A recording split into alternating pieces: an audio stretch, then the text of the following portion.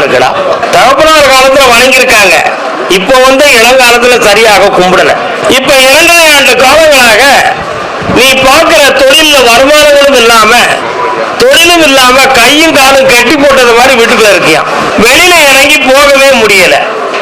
இதுக்கு என்ன காரணம்னு கேட்டாலும் ஜோசியக்காரர்கிட்ட போய் கேட்டோம்னா கொஞ்சம் கிரகங்கள் சரியில்லைப்பா, அப்படித்தான் இருக்கும், அதுக்கு கிரகத்தடைய கழிச்சாச்சுன்னா சரியாயிரும்னு சொன்னார். அதுவும் ஒரு வருமானத்துக்கு வழியா இருக்கும்னு சொல்லி நீ கழிக்கலையா. இந்த மாதிரி மாணவர்கிட்ட பறிச்சாதானே உண்டு, வேற வழி இல்லைன்னு ஜோசியக்காரன் சொல்லுவாயா. அது எதுக்கு நம்ம ரூபாய் கொடுக்கணும்? நம்ம ஏதோ கேட்டோமா வந்தோமான்னு பக்குவமா போயிட்டு நம்ம வெளியே வந்துடும் நீ வந்துட்ட.